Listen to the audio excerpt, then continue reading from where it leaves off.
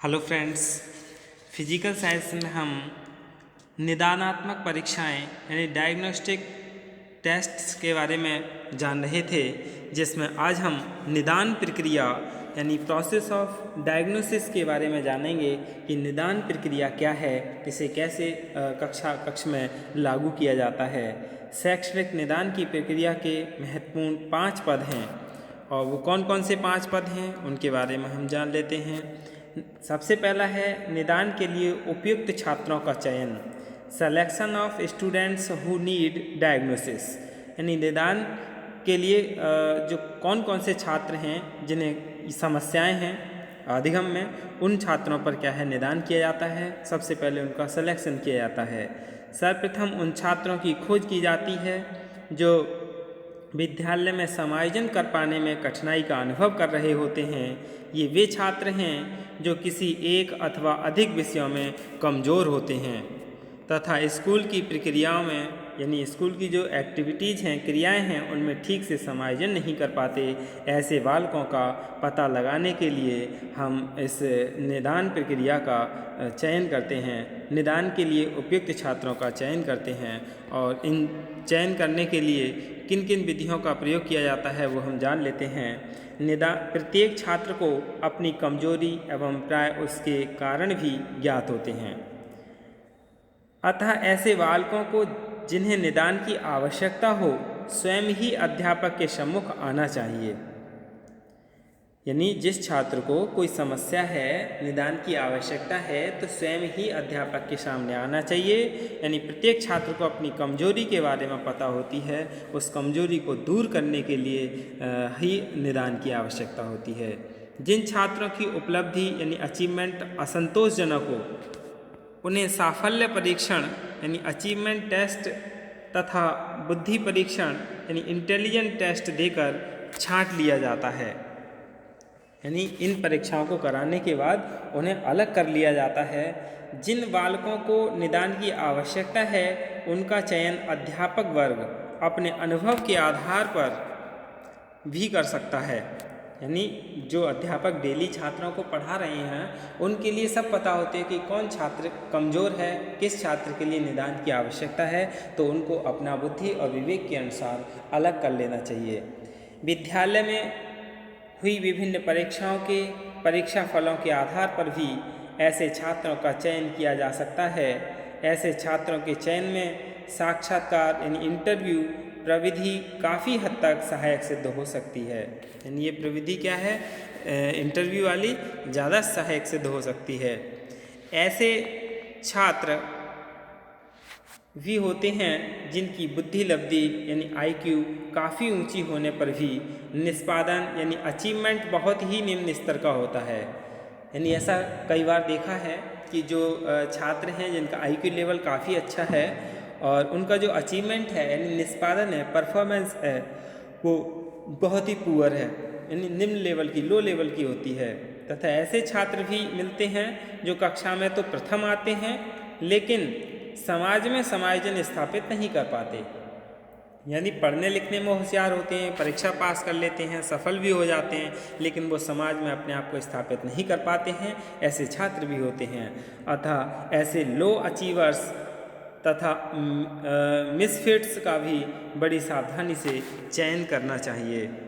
यानी जो काफ़ी लो होती हैं उनका चयन काफ़ी सावधानी से करना चाहिए। अब दूसरा है छात्रों के कठिनाई स्थलों की खोज करना, यानी आइडेंटिफाइंग डिफ़िकल्टी पॉइंट्स। इस तथ्य की जानकारी प्राप्त करने के लिए कि किसी विषय को सीखने में बालक किस प्रकार की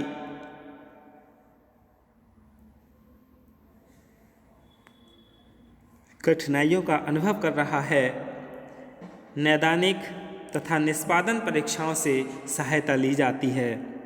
लेकिन इस कार्य के लिए सबसे उत्तम यंत्र नैदानिक परीक्षाएं ही हैं जो बालक की कमजोरियों एवं क्षमताओं का सही चित्र हमारे सम्मुख प्रस्तुत करती हैं। प्रत्येक नैदानिक परीक्षा का क्षेत्र संकुचित और सीमित होता है, फिर भी जिस ढंग से ये परीक्षाएं परीक्षण करती हैं वह ढंग विलक्षित होता है। परीक्षा का नैदानिक महत्व उसको प्रयोग करने वाले अध्यापक पर अधिक निर्भर करता है, परीक्षा के स्वरूप पर कम। कभी कभी तो अनौपचारिक परीक्षाएं भी इस क्षेत्र में अधिक सहायक सिद्ध होती हैं। यानी such informal and observation charts usually indicate the correct level on which to start remedial instruction, यानी डरेल ने ये बताया है। इस सोपान के अंतर्गत यह देखा जाता है कि बालक विषय विशेष के मूल प्रत्ययों, प्रक्रियाओं, सिद्धांतों, नियमों आदि पर आधारित कितनी कठिनता स्तर तक के प्रश्न सही हल कर सकता है और इसको किन स्थलों पर आकर कठिनाई का सामना करना पड़ता है। फिर है कठिनाई स्थलों का विश्लेषण, एनालिसिस ऑफ डिफिकल्टी पॉइंट। कोई बालक एक विशेष प्रकार की गलती क्यों लगातार कर रहा है, यह जानना बड़ा कठिन है, क्योंकि प्रत्येक बच्चे का मस्तिष्क विलक्षण ढंग से कार्य करता है। बालक की विषयगत कमजोरी एवं कठिनाई की प्रकृति या कठिनाई स्थूलों का पता चल जाने पर उस कमजोरी तथा कठिनाई के कारणों का पता लगाया जाता है। अध्यापक इन शारीरिक कमजोरी, शारीरिक दोषों, संवेगों की अस्थिरता, अरुचि, बुरी आदतों, सामान्य एवं विशिष्ट बुद्धि का अभाव, विद्यालयी कारणों यानी उचित शिक्षण का अभाव, अध्यापक और सहपाठियों का दुर्व्यवहार, परीक्षा में बार बार विफलता, अध्यापक द्वारा छात्र में व्यक्तिगत रुचि न लेना और पक्षपातपूर्ण रवैया, कठोर अनुशासन, ये सभी क्या हैं? ये सभी विद्यालय के ही कारण हैं। घरेलू कारण कौन से हैं? माँ बाप एवं संबंधियों का दुर्व्यवहार, पढ़ाई के लिए उचित साधनों एवं वातावरण का अभाव, निर्धनता, घरेलू कार्यों में व्यस्तता, ये सभी घरेलू कार्य हैं। इन सभी में ढूंढने का प्रयास करता है। कभी कभी वह इन कारणों का अनुमान अपने अनुभवों के आधार पर या समक्ष भेंट यानी इंटरव्यू के आधार पर लगाता है। इसके बाद है उपचारात्मक प्रक्रियाएं यानी रेमेडियल प्रोसीजर्स। बालक की कमजोरियों का निदान हो चुकने पर उन कमजोरियों को दूर करने के उपाय किए जाते हैं। बालक की कमजोरियों एवं त्रुटियों को दूर करने के लिए उपयुक्त कार्यक्रम की योजना बनाई जाती है, जिसमें उसकी कमजोरियों एवं कारणों का ब्यौरा रहता है तथा उन कारणों को दूर उपायों का भी विवरण रहता है। व्यक्तिगत रूप से किया जाना चाहिए। उपचारात्मक विधियों का प्रयोग करते समय अध्यापक को निम्न बातें ध्यान में रखनी चाहिए। कौन कौन सी बातें हैं जिनको ध्यान में रखना चाहिए? यानी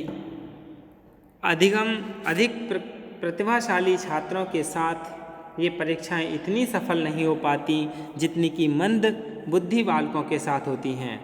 बुद्धिहीन छात्रों यानी इडियट्स की त्रुटियों को दूर करने में हमें इन विधियों के प्रयोग से पूर्ण सफलता नहीं मिल पाती। बुद्धिमान बालकों की गलत आदतों को छुड़ाने में समय लग सकता है, अतः अध्यापक धैर्य से काम लें। यानी बुद्धिमान बालकों की गलत आदतों को छुड़ाने में क्या है? समय लगता है। तो अध्यापक के लिए क्या करना चाहिए? पेशेंस बनाए रखना चाहिए। यदि उपचारात्मक कार्य में सफलता प्राप्त न हो तो कार्यक्रम का स्वरूप ही बदल देना चाहिए। प्रत्येक छात्र की प्रगति का भिन्न ग्राफ एवं चार्ट होना चाहिए। जो बालक प्रगति कर रहे हैं उनकी प्रशंसा करके उन्हें प्रोत्साहन देना चाहिए। कार्य में सजीवता लाने की दृष्टि से आकर्षक सहायक सामग्री एवं प्रभावी शिक्षण विधि का प्रयोग करना चाहिए।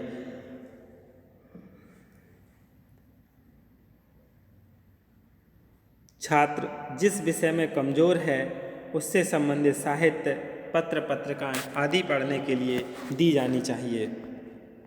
यानी जिस विषय में छात्र कमज़ोर है उसी से संबंधित जो पत्र पत्रिकाएँ आती हैं उन्हें पढ़ने के लिए देनी चाहिए। फिर है त्रुटियों की रोकथाम के उपाय, प्रिवेंटिव मीजर्स। यदि हम यह चाहते हैं कि छात्र विषय को सीखने में भविष्य में बिल्कुल ही गलती ना करे तो हमें उसके स्कूली तथा घरेलू वातावरण में सार्थक परिवर्तन करने होंगे।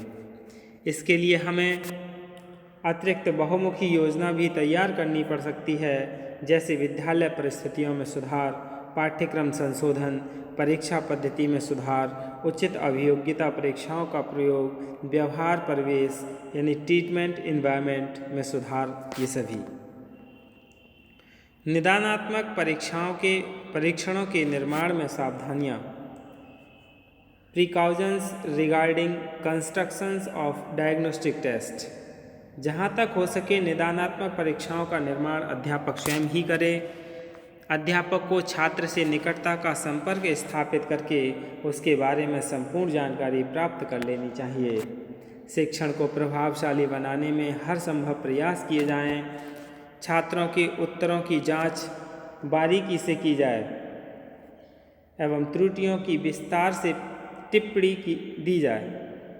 इस बात के लिए प्रयास किए जाएं कि छात्र सुधारी गई त्रुटियों को भविष्य में ना दोहराए। यानी इस बात की भी कोशिश करनी चाहिए कि छात्र बार बार उस गलती को ना दोहराए। अध्यापक को प्रत्येक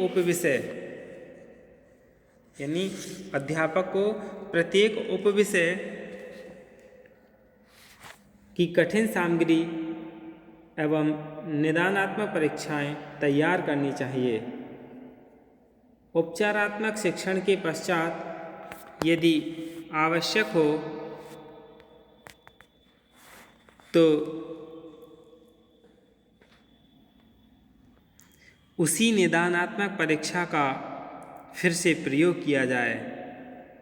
नवीन उपविषय पढ़ाने से पूर्व भी निदानात्मक परीक्षा का प्रयोग किया जाना चाहिए। यही क्या है निदानात्मक परीक्षाओं निर्माण की सावधानियां हैं। धन्यवाद।